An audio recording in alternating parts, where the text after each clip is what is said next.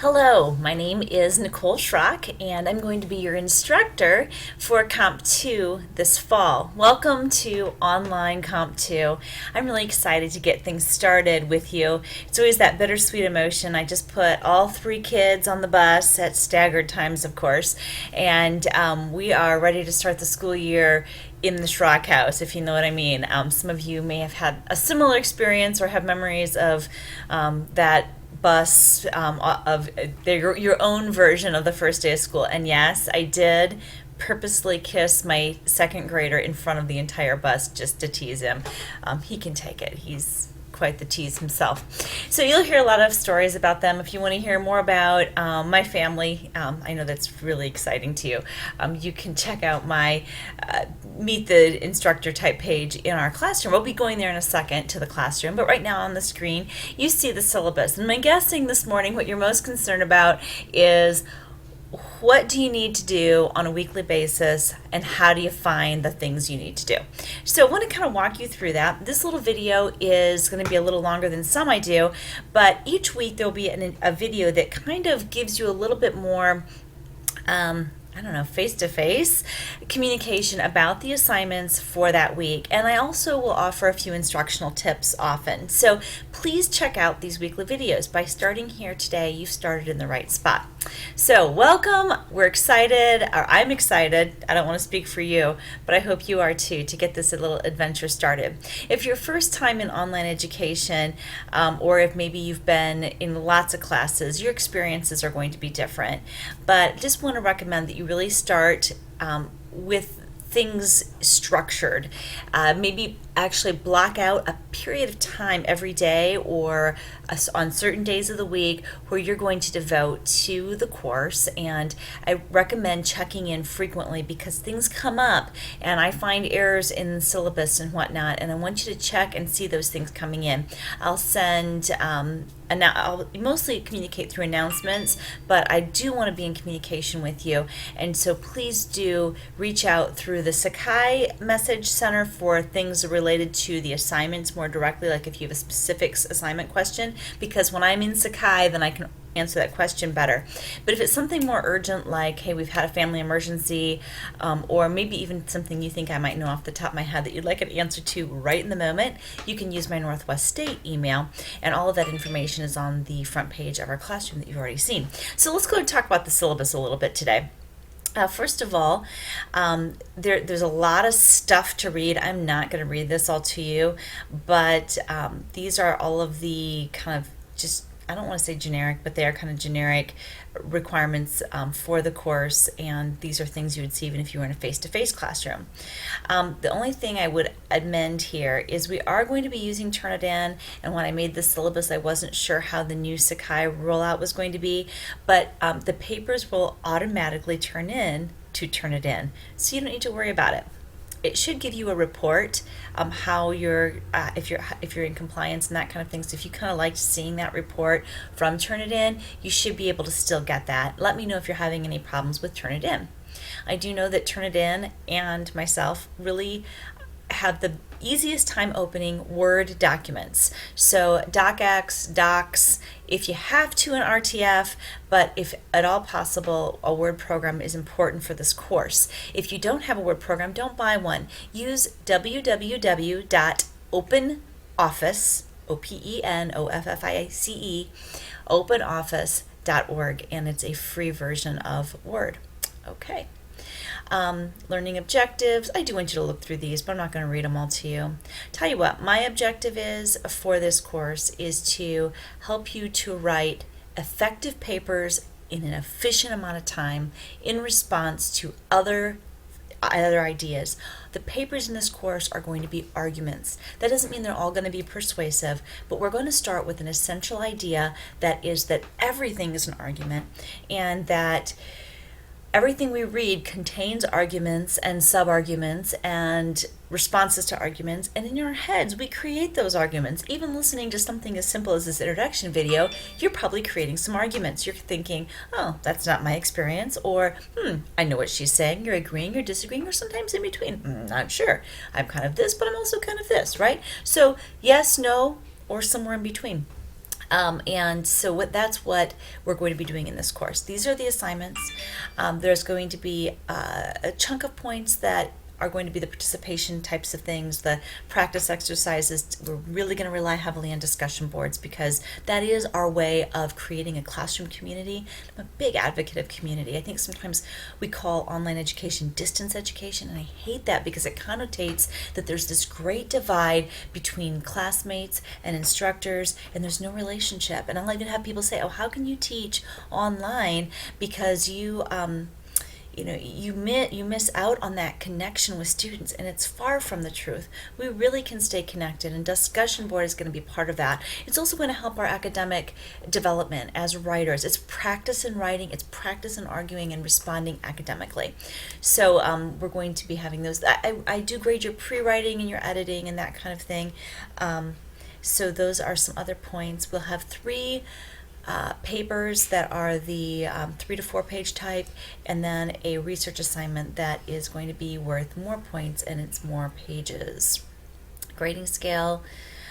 This right here is what the college produces as our course rubric, and I will be using this to evaluate all papers that are all 4 of those major assignments. Okay, this is some guidelines for those papers. Some people ask how long, do they have to have MLA? Yes, yes, yes, that's what all this is. And some course requirements. I'm just going to, again, let you know some things that are very important to me. First of all, it's really important to me that papers follow the MLA standard. That means how they're formatted, how they're the heading, the page numbering. This is just a really good academic practice. Also, I'm really very concerned about internal citations for all of the 4 papers. For discussion boards, if you want to throw in an internal citation just to stay sharp on it, that's great. But internal citations and Works Cited are absolutely required for papers. Late work is not accepted, but, here's the but, we all have stuff that happens. What I'm asking you to do is beforehand, if at all possible, if you are running late on something, there's been an accident, there's been a crisis, there's been unforeseen technological circumstances, whatever it may be, would you please let me know?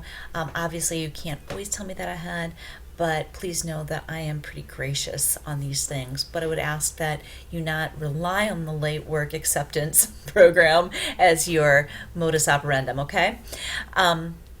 Plagiarism is an issue. Don't do it. All papers will go in to turn it in. They go in by themselves. Again, you don't need to put them in. It's really cool how it's set up. I love it. It's like magic. And each of my papers for this course, this is something maybe unique to my course. You may not, if you've had Comp1 at Northwest, you may not have experienced this, but I'm really big on self-evaluation and reflection.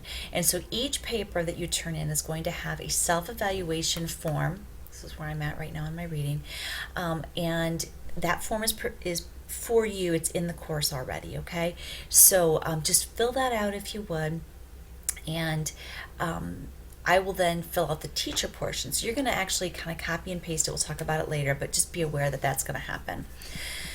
Okay, we want to be in compliance with any special needs you have, and I know that's kind of funny in an online setting because things will be like test taking. We don't have any tests in this course, or small group setting, can't get any smaller than your home. But if you have things that you know you need special help with, if you want to reach out to me specifically about that, great, and I will be more than happy to make sure that we're meeting those accommodations and helping you have a really great learning experience. And that really goes with anybody, not just if you have an ADA on file. Okay, here is the course schedule. I say tentative just to kind of give us a buffer in case something blows up. But I have taught this course for, I think this is my 6th year teaching it now. I started in online education 6 years ago, and I teach full-time for an online high school, and then I teach adjunct courses for several different universities. I teach both writing, and I teach teachers to teach writing, and I also teach teachers to teach online. So it's kind of my world has become very online. Prior to that, I taught for 10 years in Northwest Ohio. Currently, my family lives in the Plain City area, the Columbus area, Plain City, Ohio. We transferred here about 7 years ago now, and my connection with Northwest State began when I was a Northwest Ohio resident. I taught at Pettisville High School for 10 years and was actually an Archbold High School graduate. Some of you know all of those names and connections, so it's kind of a fun thing to throw out there. Okay. This week, this is how the syllabus is set up. The due date, we always have things due on Sunday unless noted. So Sunday at midnight is your turn-in time.